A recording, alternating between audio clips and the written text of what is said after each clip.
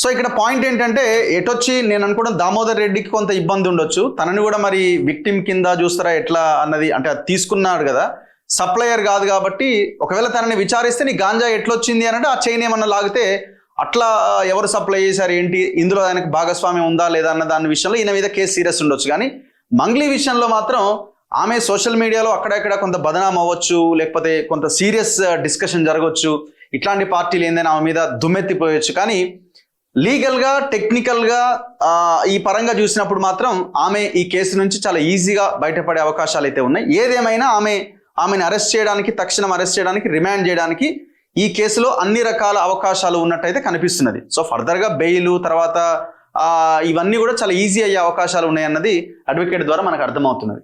so మనం ఓవరాల్గా మనం ఆలోచించాల్సింది ఏంటంటే అసలు ఏంది ఇది, ఎందుకు ఇంత ఇదిగా, విదేశీ మద్యం ఎక్కడి నుంచి వచ్చే,